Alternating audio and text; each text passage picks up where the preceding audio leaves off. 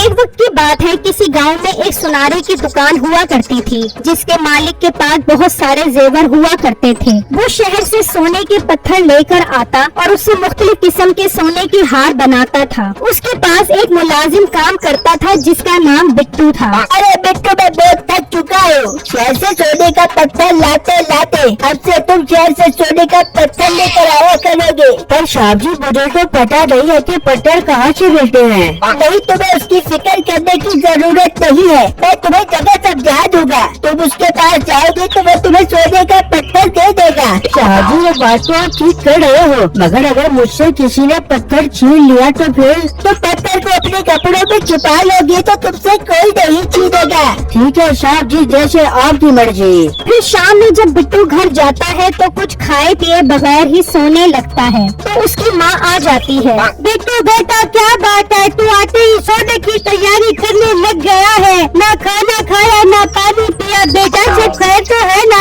हाँ बाजी, सब खैर ही है। असल में मैंने कल शहर जाना है सोने का पत्थर लेने के लिए, तो इसी वजह से मैं जल्दी छोड़ा हूँ आके घर पर। पर बेटा, सोने का पत्थर तो तेरा मालिक लेने जाता है, फिर तू क्यों जा रहा है? माजी, मालिक बहुत थक जाते हैं काम कर कर के, इसलिए अब वो मुझे सोने का पत्थर लेने के लिए शहर भेज रहे हैं। बेटा ख्याल से जाना, हम तो बहुत गरीब लोग हैं। अगर ऐसा वैसा कुछ हो गया तो हमारे पास पैसे देने के लिए नहीं है। माजी, आपको फिक्र करने की जरूरत नहीं है। मैं खैर खैरियत से जाऊंगा और खैर खैरियत से वापस आ जाऊंगा अपने घर के ऊपर। फिर अगले दिन जब बिट्टू दुकान पर जाता है तो उसका मालिक कहता है, अच्छा बिट्टू, अब तुम शहर जाओ, सोने का पत्थर लेकर आओ। अच्छा मालिक, अभी जाता हूँ शहर पत्थर लेने के लिए। फिर बिट्टू अपने मालिक से उस दुकान का एड्रेस समझ लेता है और शहर से पत्थर लेने के लिए निकल जाता है। उस गांव में गांव से शहर जाने के लिए कोई सवारी तो होती नहीं है, इसलिए बिट्टू पैदल ही पत्थर लेने के लिए निकल पड़ता है और सोचता है, मालिक ने मुझे जो रास्ते बताए हैं उनमें से कौन सा रास्ता शहर की तरफ जाता है? अगर मैं गलत रास्ते पर चला गया तो फिर क्या होगा? बिट्टू थोड़ा आगे आता है तो उसे वो 3 जादुई रास्ते नजर आते हैं। बिट्टू खड़ा सोचने लगता है कि मैं किस रास्ते से जाऊं। यार, मुझे इस रास्ते पर जाना चाहिए, जरूर ये रास्ता शहर की तरफ निकलता होगा। फिर बिट्टू उस रास्ते पर चल पड़ता है, लेकिन जब वो थोड़ा आगे आता है तो वहाँ पानी का दरिया होता है। ये तो पानी का दरिया है, इसका मतलब कि वो रास्ता नहीं है जिस पर चलने से शहर आता है। फिर बिट्टू वापस आ जाता है और जहाँ से वो रास्ते शुरू होते हैं वहाँ खड़ा होकर सोचने लगता है, यार, उस रास्ते पर तो दरिया था, शुक्र है मैं नीचे नहीं गया, वरना वो दरिया मुझे अपनी आगोश में ले लेता और ऐसे ही मुझे लेने के देने पड़ जाते। अब मुझे दूसरे रास्ते से जाना चाहिए, हो सकता है ये वही रास्ता हो। फिर बिट्टू उस रास्ते पर चल पड़ता है और जब थोड़ा आगे आता है तो वो रास्ता शहर जा रहा होता है। बिट्टू ये देखकर बहुत खुश हो जाता है कि वो अपनी मंजिल पर पहुंच गया है। फिर बिट्टू चलते चलते उसी दुकान पर पहुंच जाता है। और लड़के, कौन हो तुम और यहाँ क्या लेने के लिए आए हो? भाईजान, मुझे राणा साहब ने भेजा है सोने का पत्थर लेने के लिए। तो वो क्यों नहीं आए पत्थर लेने के लिए? भाईजान, उनकी तबीयत बहुत खराब थी, अब से मैं ये पत्थर लेने के लिए आया करूँगा आपके पास। ठीक है, मैं तुम्हें पत्थर देता हूँ। फिर मीठा उसे सोने का पत्थर दे देता है और बिट्टू उससे वो पत्थर लेकर वहाँ से चल पड़ता है और उसी रास्ते से होता हुआ आखिरकार वो अपनी दुकान पर आ जाता है। वाह बिट्टू, तुमने बहुत अच्छा काम किया है, मुझे बहुत खुशी हुई। अब से तुम ही सोने का पत्थर लेकर आया करोगे। वहाँ मीठा अपने मुलाजिम को कहता है, ओ गुल्ली, मेरे जहन में एक बहुत मस्त आइडिया आया है। सांचे का आइडिया आया है आपके जहन में? अब वो मोटा सोने का पत्थर लेने के लिए आया करेगा। अब हमारे पास कमाने का बहुत अच्छा मौका है। वो कैसे उस्ताद जी? देख गुल्ली, जब वो मुझसे सोने का पत्थर खरीद कर लेके जाएगा तो तू उसका पीछा करते करते आगे तक चला जाए और वो सोने का पत्थर उससे छीन ली। इस तरह हमारे पास बहुत पैसा आ जाएगा और सोने का पत्थर भी हमारे पास दोबारा वापस आ जाएगा।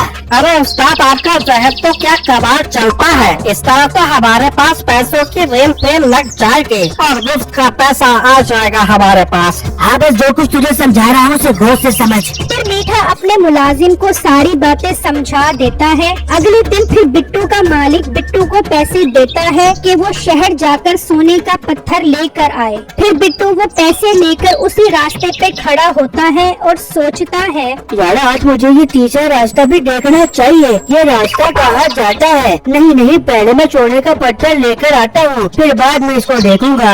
फिर बिट्टू मीठे की दुकान पर पहुंचता है और उसे पैसे देकर उससे पत्थर लेकर वहां से चल पड़ता है। तो मीठा अपने मुलाजिम को कहता है, चल गुल्ली, अब तेरे काम का वक्त आ गया है। तू दूसरे रास्ते से होकर उसके आगे जाकर खड़ा हो जा और जैसे ही वो आए उससे सोने का पत्थर छीन ली। ठीक है उस्ताद जी, मैं अभी जाता हूँ, पर उस्ताद जी उसे शक तो नहीं हो जाएगा। तू चेहरे पर कपड़ा लगाकर जाई और उस मोटे की कनपट्टी पर पिस्तौल रख दी और अगर वो ज्यादा गड़बड़ करे तो गोली मार दी उसे। अरे वाह उस्ताद, क्या कमाल की चाल चलते हो आप। फिर मीठे का मुलाजिम दुकान से निकलकर उसी रास्ते पर जाकर खड़ा हो जाता है और जैसे ही बिट्टू आता है तो वो उसे कहता है, अब अगर तेरे पास जो कुछ भी है निकाल दे, वरना गोली मार दूंगा। भाई जान, मेरे पास कुछ नहीं है, मैं तो एक बहुत गरीब लड़का हूँ और मुश्किल से अपने घर वालों का पेट पालता हूँ। ज्यादा मेरे साथ ड्रामेबाजी मत कर, तेरे पास जो सोने का पत्थर है वो दे दे, वरना गोली मार दूंगा। भाई आपको कैसे पता चला कि मेरे पास सोने का पत्थर है? मैं इस इलाके का सबसे बड़ा चोर हूँ, पत्थर निकालता है या मारो गोली। अच्छा अच्छा भाई, अभी देता हूँ आपको पत्थर। फिर बिट्टू उसको पत्थर निकाल कर दे देता है